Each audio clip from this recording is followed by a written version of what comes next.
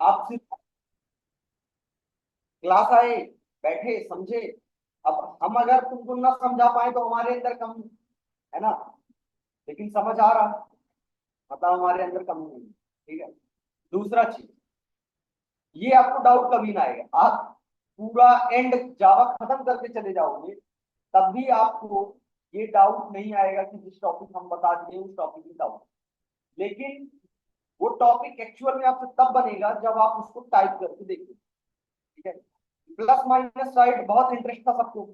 ठीक है। सब बढ़िया लिखते थे। अब कोई नहीं लिखता, और आगे भी कोई नहीं लिखेगा। आगे भी कोई नहीं लिखेगा। रीजन, क्योंकि इसमें लगता है दिमाग, इंटरेस्ट कुछ नहीं आता। जबकि एक्चुअल में यही आपको टाइप करना जरूरी है। यहाँ टाइप करना मतलब उस कॉन्सेप्ट को दिमाग में बैठाना। ठीक है। क्योंकि असली जावा ये है, प्लस माइनस तो सीधी प्लस प्लस, समझ आ रहा? असली कॉन्सेप्ट ये है। ये इस क्लास में एक क्लास का कितने भी फोटो कॉपी कितने ही बन जाएगी ना। असली कॉन्सेप्ट इधर पे। अब इधर पे आप लोग लापरवाही कर रहे हो और आगे भी करोगे, क्योंकि अभी इनहेरिटेंस आएगा। तो इनहेरिटेंस आपको एग्जाम्पल में अच्छा लगेगा, मेरे एग्जाम्पल लगेगा हाँ एग्जाम्पल समझ आ गया, बस क्या ही करना। आप उसको टाइप नहीं करते। इनहेरिटेंस कंपलसरी क्यों, क्यों उसको सीखते हैं? हाँ, इस चीज पे कभी फोकस नहीं करते, बस चल रहा। आंसर इसका।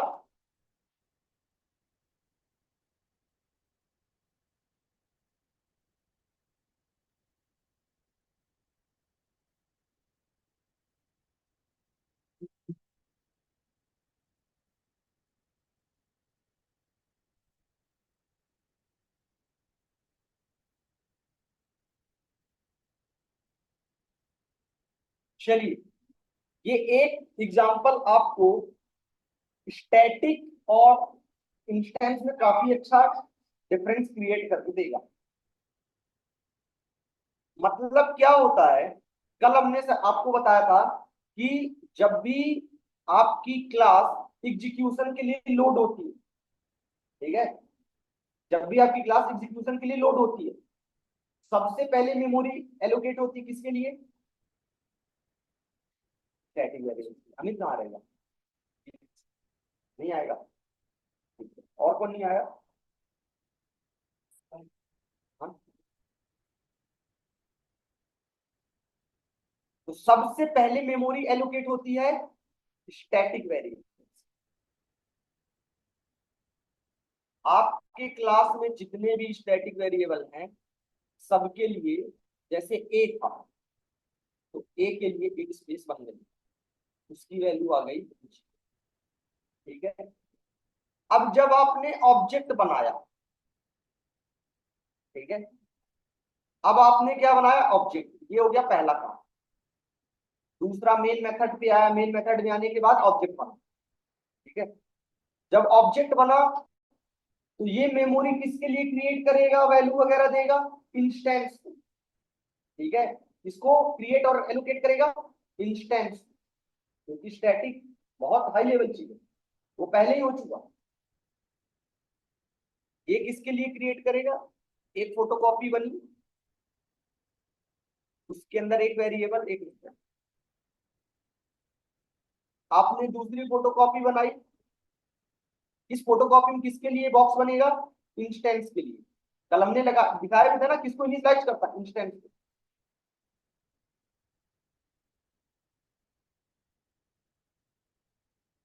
ठीक है। ना कि स्टैटिक के लिए। इस फोटोकॉपी का नाम है T1, इसका नाम है T2, इसका नाम है। तो जब हर बार क्रिएट होगा तो हर बार starting value zero zero zero. ये कौन सी मेथड? इंस्टेंस, इसलिए आ गई इधर। ठीक है। रिकॉर्डिंग कर रहे हो ना? अब क्या होगा? अब आपने किया T1 dot show, T1 dot show पे गया, इधर आया, यहाँ प्रिंट किया ए प्लस प्लस, मतलब ए की वैल्यू को कर दो वन, मतलब जीरो प्रिंट किया। ठीक है। और कर दिया वन। ठीक है। T1 की मदद से बी, बी को कर दिया 0 प्रिंट किया और कर दिया 1। ठीक है, फिर आप आ गए T2 में। T2 मतलब एक नई फोटोकॉपी, नई फोटोकॉपी मतलब ये नया, नई फोटोकॉपी मतलब शो मेथड। ये शो मेथड है, ठीक है ना। आप ये मत सोचना कि अलग है कुछ। एक सेकंड।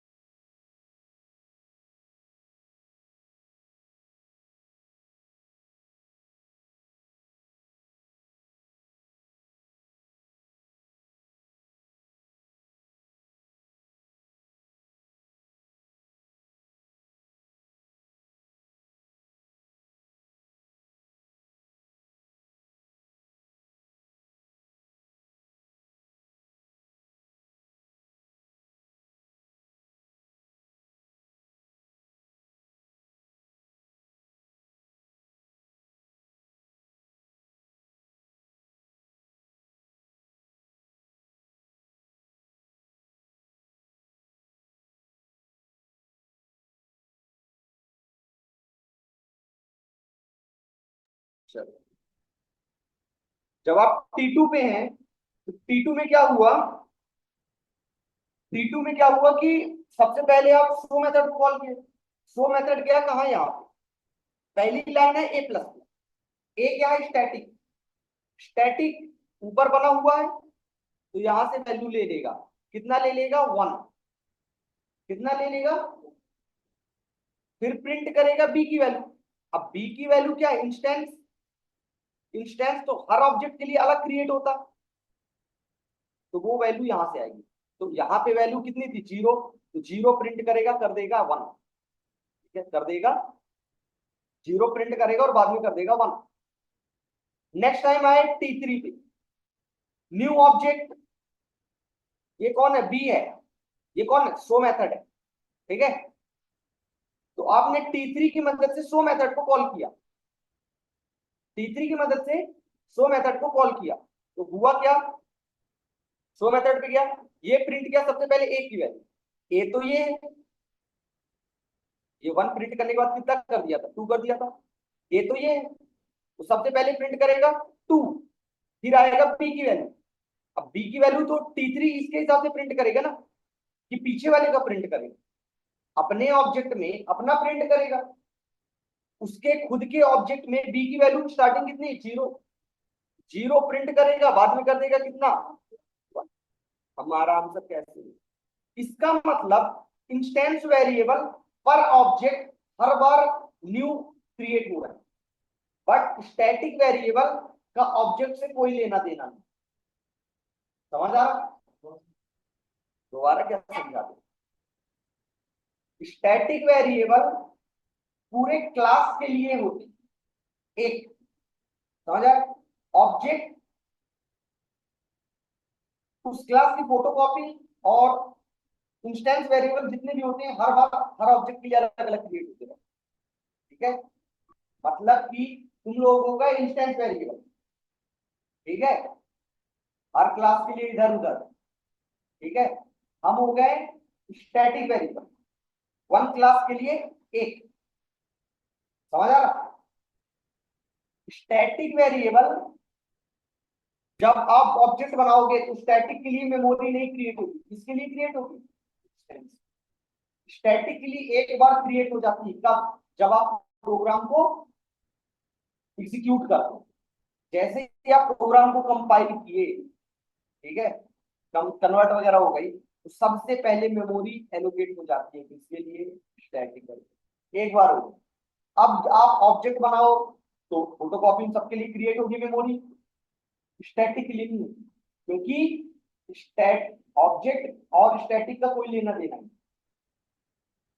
ऑब्जेक्ट क्रिएट करोगे तो किसके लिए मेमोरी क्रिएट होगी, इंस्टेंस के लिए। स्टैटिक की एक बार हो चुकी, ठीक है, तो वही चीज यहां भी है। एक बार मेमोरी क्रिएट हो गई, आपने T1 बनाया तो बी और show method, B show method, B show method, सबकी वैल्यू जीरो जीरो चली गई, ठीक है। अब जब आपने किया क्या, पहली बार में स्टैटिक वेरिएबल की वैल्यू चेंज कर दी, ऊपर चेंज हो गया। नेक्स्ट वाले ऑब्जेक्ट में आपने जब प्रिंट किया तो ऊपर से आएगी स्टैटिक वैल्यू, ऊपर से आएगी, ठीक है। वो थोड़ी ना तीन है, जबकि पर इंस्टेंस वेरिएबल की वैल्यू पर ऑब्जेक्ट से आएगी। जैसे आप T1 में बी की वैल्यू निकालोगे तो यहाँ से आएगी, T2 में बी की वैल्यू निकालोगे तो यहाँ से आएगी, T3 में बी की वैल्यू यहाँ से आएगी, बट ए की वैल्यू तीनों में यहाँ से आएगी। समझ आ रहा, ठीक है।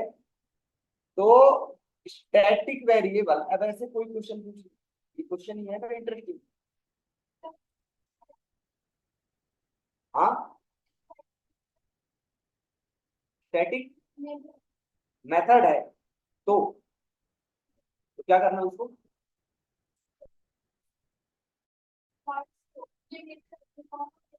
हाँ।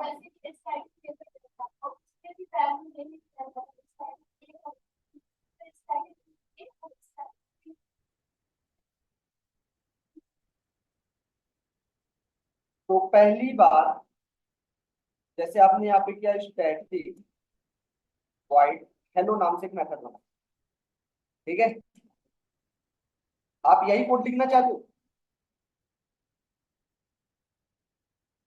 एरर रीजन, ये कौन सा वेरिएबल है, इंस्टेंस, कौन सा है, इंस्टेंस। अब इंस्टेंस को आप यूज कर रहे हो कहाँ पे, स्टैटिक में, तो आप यूज ऐसा नहीं कर सकते, क्योंकि क्योंकि जब आपकी क्लास लोड होती है तो सबसे पहले static variable, then static block, then main method, या कि स्टैटिक मेथड मेन मेथड, इन सब के लिए मेमोरी क्रिएट हो जाती है। फिर उसके बाद ऑब्जेक्ट, इंस्टेंस मेथड, ये सब। तो अब ये बताओ, आपने कर दिया स्टैटिक मेथड, ठीक है, स्टैटिक मेथड, ऑब्जेक्ट बनेगा बाद में, इंस्टेंस वेरिएबल आएगा बाद में। तो आप यहां पे पहले जब आप मेमोरी क्रिएट करोगे तब बी में क्या लिखोगे, तब तो वो बी को जानता ही नहीं है। समझ आ रहा, यहां पे जब वो बनाएगा तब वो बी को जानता ही नहीं, ठीक है। यहां पे बी को जानता ही नहीं है, इसलिए आ रहा क्या, एरर। बट आप यही इंस्टेंस मेथड बनाते टाइम आप इसको कॉल करो और इसको कॉल करो, यहाँ पे एक बी है, यहाँ पे ए है, इसको बनाते टाइम ए को और बी के ऊपर वर्क करो तो कोई दिक्कत नहीं, क्योंकि बी को भी जानता है और ए को भी जानता है। समझ आ रहा रोहित, ये कौन सी मेथड, शो मेथड है। शो मेथड बनाते टाइम जब हमने ए और बी दोनों लिखा तब कोई दिक्कत नहीं, रीजन ए को भी जानता है, बी को भी जानता है। बट जब आप स्टैटिक मेथड बना रहे थे तो उस टाइम ए को तो जान रहा था बट बी को नहीं जान रहा, इसलिए आ रहा था एरर। समझ आ रहा, वो एग्जांपल अलग है, हाई कैटेगरी दो, लो कैटेगरी दो, वो सब समझने के लिए।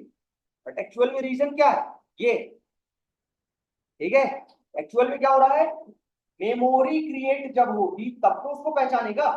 अब मेमोरी इंस्टेंस के लिए कब क्रिएट होती, जब ऑब्जेक्ट बनता, ऑब्जेक्ट तब बनेगा अगर ऑब्जेक्ट ना बनाए तो, कोई कंपल्सरी थोड़ी ऑब्जेक्ट बनाना, ठीक है। तो फिर कहां से जानेगा बी को, क्लियर हो गया प्रॉब्लम। बहुत जावा जो है ना बुद्धि है, आप इसको बिल्कुल आराम आराम से एक एक धागे से निकाल के समझेंगे तभी समझ में आएगा, ठीक है। आज देखो आप लोग सिर्फ दो तीन रूल ही समझे हो, उसी में ही कंफ्यूज हो रहे हो, स्टैटिक इंस्टेंस, कौन सी मेथड, कौन सा ब्लॉक, कब मेमोरी क्रिएट हो रही है ना। आगे चल के बहुत कॉन्सेप्ट, इसीलिए जावा ऑब्जेक्ट ओरिएंटेड प्रोग्रामिंग की सबसे बड़ी लैंग्वेज कही जाती है। इसके अंदर जितने कॉन्सेप्ट हैं उतने कॉन्सेप्ट किसी भी लैंग्वेज के अंदर नहीं, इसलिए इसको एक बार अगर सीख गया तो बाकी लैंग्वेज आपको मजाक लगेगा, सिर्फ सिंटैक्स का चेंज रहेगा, बाकी कुछ नहीं। सी इसके अंदर आके निकल जाती है ना, जितना हमने पढ़ लिया उतना सी लैंग्वेज में पढ़ाते हैं, ठीक है। रूट तक जो हमने पढ़ लिया सी लैंग्वेज के कोर्स में उतना ही है, ठीक है। सी प्लस प्लस में यहाँ तक आएगा इनहेरिटेंस वगैरह तक, ठीक है, उस कॉन्सेप्ट तक, ठीक है। जावा स्क्रिप्ट मतलब आके निकल जाएंगी। तुम एक बार पूरी कोर जावा पढ़ लो और आप एक बार सी पढ़ना तो समझ में आएगा, इतना तुम पहले ही पढ़, सी प्लस प्लस पढ़ लो आपको पता चलेगा तुम पहले ही पढ़ रखे। जावा स्क्रिप्ट पढ़ लो वो लगे कि पहले पढ़ रखे, पाइथन भी आपको लगे कि पहले पढ़ रखे, बस फर्क है सिर्फ सिंटैक्स का। कहीं आप डॉक्यूमेंट डॉट राइट लिख रहे हो, कभी आप system dot out dot println लिख रहे हो, कहीं आप सी आउट लिख रहे हो, कहीं आप प्रिंटफ लिख रहे हो, फर्क सिर्फ इतने का। उसी तरह ऑब्जेक्ट क्रिएट होगा, उसी तरह क्लास, हर एक चीज, ठीक है। अगर जैसे मेरा सिंपल कोई भी मेथड है, मेरा शो में क्लास स्टार्टिंग है, मेथड हाँ मेथड ये तो मेरा स्टैटिक होगा, इंस्टेंस होगा, तो दोनों भी मतलब एक इंस्टेंस तो हो जाएगा कि उसमें एक फिक्स मेमोरी। इंस्टेंस देखो, इंस्टेंस का इसलिए हो जाएगा कि यहाँ पे आप ये इंस्टेंस मेथड बना रहे हो ना, तो यहाँ पे इसको भी जानता है इसलिए कोई दिक्कत नहीं, ये पहले ही बन चुका होगा आपके ऑब्जेक्ट बनाने के भी पहले, इसलिए कोई दिक्कत नहीं, समझ आ रहा ऐसा। इसकी वैल्यू सेम रहेगी। हाँ हाँ, इंस्टेंस वाली की बस और ऑब्जेक्ट टू ऑब्जेक्ट चेंज होती रहेगी, ठीक है, स्टैटिक की फिक्स रहती है वैल्यू। जैसे अब जैसे आपको है एग्जांपल कि कब हम स्टैटिक यूज करें, कब इंस्टेंस यूज करें, कब स्टैटिक कब इंस्टेंस।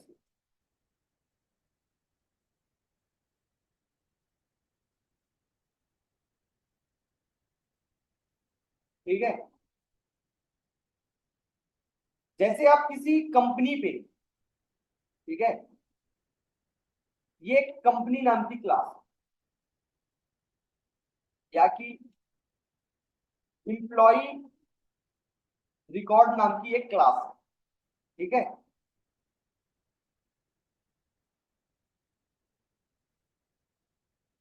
ये एक इंप्लॉय रिकॉर्ड नाम की क्लास है, ठीक है। अब इसमें इसमें क्या है, एम्प्लॉय का रिकॉर्ड फिल करोगे आप, ठीक है। तो आप चाहते हो जितने ऑब्जेक्ट बनाओ उतने एम्प्लॉय का रिकॉर्ड रहे। जैसे आपने E1 किया, जैसे आपने E1 किया तो पहले एम्प्लॉय का पूरा रिकॉर्ड, आपने E2 किया दूसरे एम्प्लॉय का पूरा रिकॉर्ड, आपने E3 किया तीसरे एम्प्लॉय का पूरा रिकॉर्ड। मतलब आपने एक क्लास बनाई, ठीक है, उसके अलग अलग ऑब्जेक्ट बनाए, E1 E2 E3, ठीक है। तो एक ऑब्जेक्ट में पहले एम्प्लॉय का पूरा रिकॉर्ड, दूसरे ऑब्जेक्ट में दूसरे एम्प्लॉय का पूरा रिकॉर्ड, तीसरे ऑब्जेक्ट में तीसरे एम्प्लॉय का पूरा रिकॉर्ड, ठीक है। आपने यहाँ पे वेरिएबल ले ली इंट एम्प्लॉय आईडी, क्योंकि सबकी आईडी चेंज होती रहेगी पर ऑब्जेक्ट टू ऑब्जेक्ट, तो आप इसको क्या लोगे, इंस्टेंस। स्ट्रिंग नेम चेंज होता रहेगा,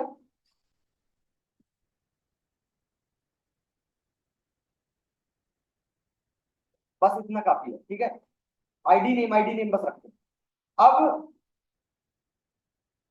कंपनी तो सबकी फिक्स होगी ना, उसको कर देते हैं कंपनी नेम। तो अगर आपने एक बार वैल्यू सेट कर दी कंपनी नेम की तो वो सारे ऑब्जेक्ट में क्या रहेगी, सेम रहेगी, समझ आया। सारे ऑब्जेक्ट में क्या रहेगी, सेम रहेगी। ऐसा नहीं है कि फिर वो दूसरे ऑब्जेक्ट में दोबारा कंपनी नेम आपको फिल करना पड़ेगा, ठीक है। स्टैटिक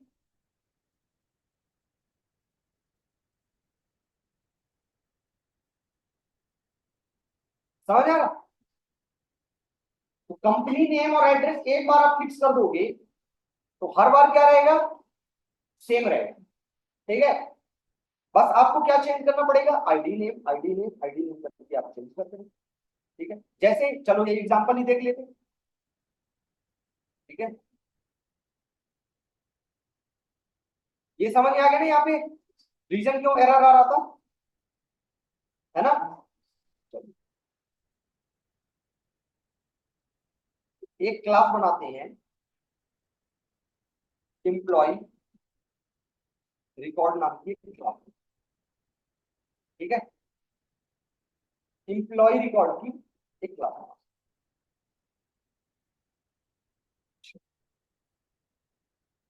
यहां पे हमने किया सेम प्रोग्राम कर लेते हैं, int ID string name static company name static string company,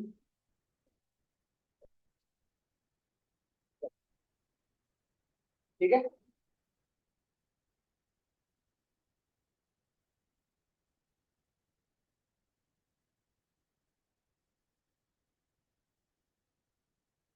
आप चाहें उनकी वैल्यू डायरेक्ट भी दे सकते हैं, या कि अगर आप एक बार भी वैल्यू सेट कर देंगे तो परमानेंट वो सेट रहेगी, ठीक है।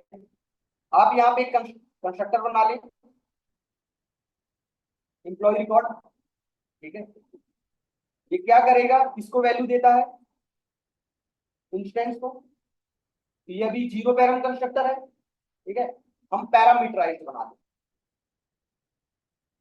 इंट आईडी, अब ये पैरामीटर एक्सेप्ट कर रहा means it is a parameterize constructor, ठीक है। कोई वैल्यू आएगी आईडी और नेम में आएगी। अब यहां से ऊपर जाए, ठीक है, ऊपर का नाम भी आईडी है, इसका भी नाम आईडी है। अगर आप ऐसा करोगे आईडी इक्वल टू आईडी, ठीक है, मतलब आप ये सोच रहे हो कि हम आईडी की वैल्यू किसको दे रहे हैं, आईडी को दे रहे हैं। अगर आप ऐसा सोच रहे हो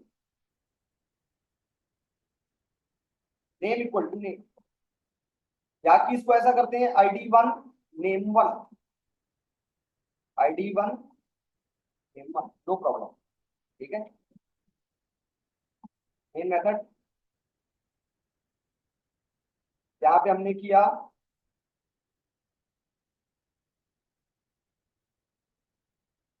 यहाँ पे हमने एम्प्लॉय रिकॉर्ड का एक ऑब्जेक्ट बनाया er1 equal to new employee record 101 और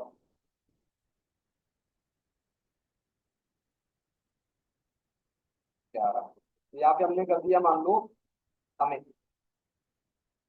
ठीक है। यहाँ पे हमने कर दिया हमें, ठीक है। और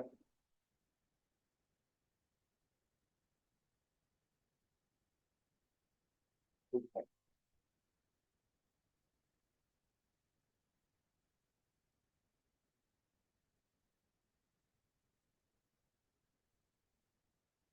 102 यहाँ पे हमने कर दिया रोगी,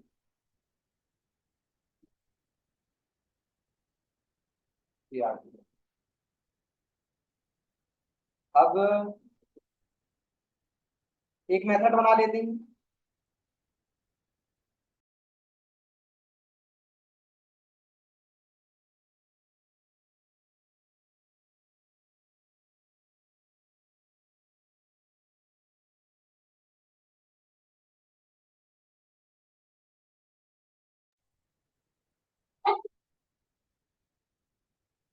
तो जैसे किसी ऑब्जेक्ट का सारा डेटा आपको देखना है, जैसे आपने er1 ऑब्जेक्ट बनाया, er2 ऑब्जेक्ट बनाया। अब आप चाहते हैं कि एक ऑब्जेक्ट का सारा डेटा देख ले, उसके लिए एक मेथड होती है टू स्ट्रिंग मेथड, ठीक है। टू स्ट्रिंग मेथड का काम होता है आपके ऑब्जेक्ट का सारा डेटा दिखाना, मतलब ID name company name address. यदि er1 डॉट टू स्ट्रिंग करेंगे इट मींस er1 ऑब्जेक्ट का सारा डेटा आपको दिखेगा। er2 करेंगे डॉट टू स्ट्रिंग करेंगे इट मींस er2 ऑब्जेक्ट का सारा डेटा आपको दिखेगा। er3 करेंगे er3 ऑब्जेक्ट का सारा डेटा आपको दिखेगा। समझ आ रहा? वो मेथड आप खुद से भी बना सकते हैं और डायरेक्ट भी बन, कैसे, add shift S S generate to string, ये एक मेथड बन, ये एक टू स्ट्रिंग मेथड है, ठीक है। या कि इसको इसमें सिर्फ इंस्टेंस बता रहे हैं, काम कर देते हैं सिर्फ एस एस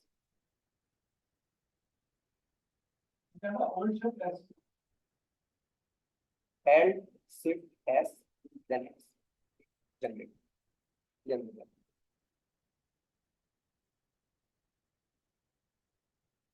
देन इसमें क्या कर लेते हैं, मैनुअल लिख लेते हैं, ठीक है, कॉमा कंपनी नेम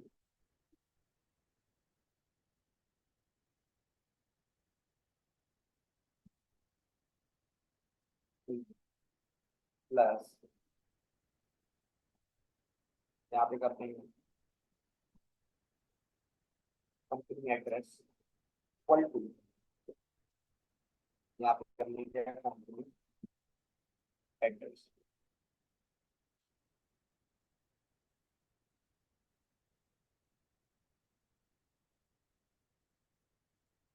आप कंपनी नेम एक बार फिक्स कर दो इसको, जैसे मान लो आपने कर दिया कॉग्निजेंट, एड्रेस कर दिया आपने, thank you, ये आपने फिक्स कर दिया। एक बार फिक्स कर दिया तो वो सारे ऑब्जेक्ट्स के लिए क्या रहेगी, फिक्स रहेगी। इनकी वैल्यू बस आप पर constructor based on the constructor आप क्या कर सकते हैं, चेंज कर सकते हैं, ठीक है। जैसे आपने ऐसा किया, जब आप करते हैं ER1, ठीक है, जब आप करते हैं ER1 ऐसे आप प्रिंट करोगे, आंसर आएगा हैज टू, आंसर आएगा हैज टू। जब आप ER1 को ऐसे करते हैं तो आंसर आता है हैज टू, ठीक है। क्योंकि यहाँ पे लिखा होता है, आपको दिखे या ना दिखे इम्प्लिसिटली यहाँ पे लिखा होता है टू स्ट्रिंग, ठीक है, मतलब इनडायरेक्टली वहां पे लिखा हुआ ER1 डॉट टू स्ट्रिंग, ठीक है। आंसर देखो सेम। अब ये टू स्ट्रिंग क्या है, टू स्ट्रिंग एक मेथड है जो एक्चुअल में ऑब्जेक्ट क्लास के अंदर होती है। ऑब्जेक्ट क्लास कौन सी है, आप जावा के अंदर जितनी भी क्लास बनाते हो हर क्लास की एक पेरेंट क्लास होती है। मतलब हमने पहले दिन जो क्लास बनाई होगी वो भी, आज जो बना रहे हैं वो भी, डेली जो बनाते हैं वो भी, हर क्लास एक सबके ऊपर एक क्लास होती है। इस क्लास का नाम होता है ऑब्जेक्ट,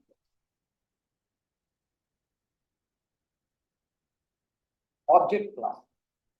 तो ये हमारी employee record class object class की चाइल्ड है। कल जो हमने डेमो बनाया वो भी ऑब्जेक्ट क्लास की चाइल्ड है, ठीक है। तो हम यहाँ पे इनडायरेक्टली क्या लिखा हुआ है, ऑब्जेक्ट, यहाँ पे लिखा हुआ है ऑब्जेक्ट। इस ऑब्जेक्ट क्लास के अंदर एक मेथड है टू स्ट्रिंग नाम से,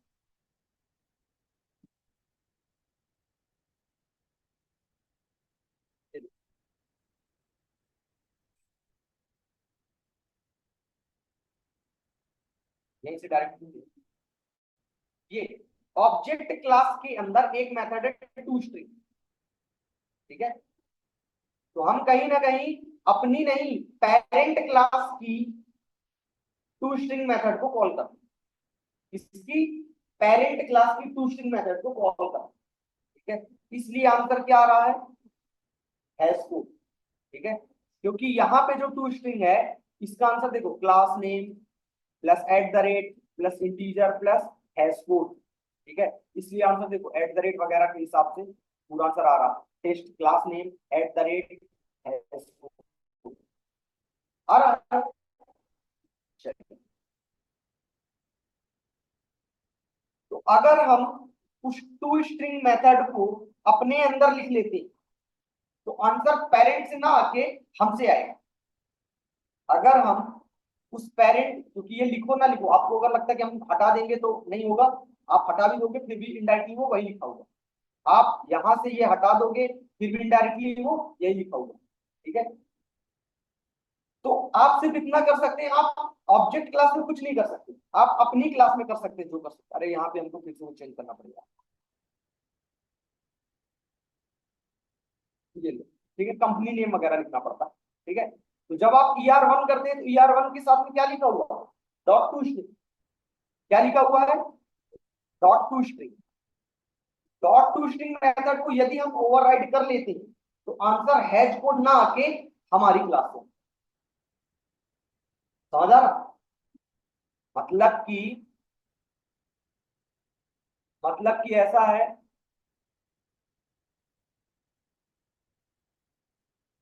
यदि आप परेशानी में फंसे, ठीक है, तो आप हर चीज में क्या कर रहे हैं? भगवान से मांग रहे हैं। ठीक है, आपको पैसे की दिक्कत आ गई, आप सीधे ऊपर हाथ करके मांगो। ठीक है, बगल वाला भी उसी से मांगेगा क्योंकि सबका पेरेंट ऑब्जेक्ट क्लास। तो मिलेगा कुछ नहीं, सबको कॉमन मिलेगा हैश कोड। आप डेमो क्लास से भी करोगे, डी करोगे, तब भी आपको हैश कोड मिलेगा। आप यहाँ पे आ जाओ, ये डेमो क्लास है हमारी, ठीक है, आप सोचो यहाँ पे डी को प्रिंट करो, ठीक है, तब भी आंसर आपको क्या मिलेगा? हैश कोड, क्योंकि भगवान सबके साथ न्याय करता है। ठीक है, ठीक है क्या? Hash code. अब यदि आप चाहते हो कि आपके में हैश कोड की जगह कुछ और आए, तो खुद कमाओ। ठीक है, खुद कमाओ पैसा। तो फिर जब आप कॉल करोगे तो आंसर आपका आएगा। तो हमने क्या किया, एक टू स्ट्रिंग मेथड बना ली। ठीक है, टू स्ट्रिंग मेथड बना ली। अब यहाँ पे लिखो ना लिखो, ये तो लिखा ही है, ये तो कंपल्सरी है। तो आंसर भगवान से ना आके कहां से आएगा? खुद से आएगा। कहां से आएगा? यहां से आंसर आएगा, ऑब्जेक्ट क्लास से नहीं आएगा। क्योंकि जब आपकी जेब में पैसा होगा थोड़ी ना भगवान से मांगोगे, फिर कहो पहले इसको खर्च कर लो फिर उसके बाद। तो जब आप ऐसा करते हो तो ये टू स्ट्रिंग मेथड क्या करेगी? आपके ER1 ऑब्जेक्ट का सारा डेटा प्रिंट करके आपको देगी। जब आप ऐसा करोगे, ER2 करोगे, तो आपके ER2 ऑब्जेक्ट का सारा डेटा प्रिंट करके देगी। ठीक है, प्रोग्राम को रन किया, देखिए ये दोनों स्टैटिक वेरिएबल थे, इसलिए दोनों की वैल्यू क्या है? फिक्स है। ये दोनों इंस्टेंस थे, इसलिए क्या है? इनकी वैल्यू चेंज हो रही है। ठीक है, हम वैल्यू सिर्फ इनको दे रहे हैं। ठीक है, हम वैल्यू किसको दे रहे हैं? सिर्फ इनको दे रहे हैं। ठीक है, और बाकी ये दोनों वैल्यूज कहां से आ रही है? एक ही बार। ठीक है, एक बार आपने चेंज कर दिया तो हर बार वो चेंज हो रही है। अब जैसे मान लो आपने यहाँ पे एक काम कर दिया,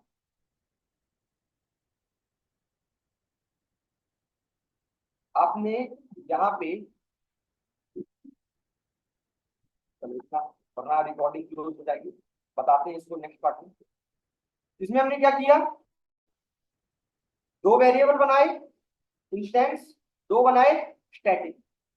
स्टैटिक बनाए तो क्या हुआ, जब हमारी क्लास लोड हुई, कंपनी नेम और एड्रेस दोनों की वैल्यू फिक्स हो गई, कॉग्निजेंट है वैल्यू। अब पर object ID name, ID name, ID name बन रहा, सबमिट टू स्ट्रिंग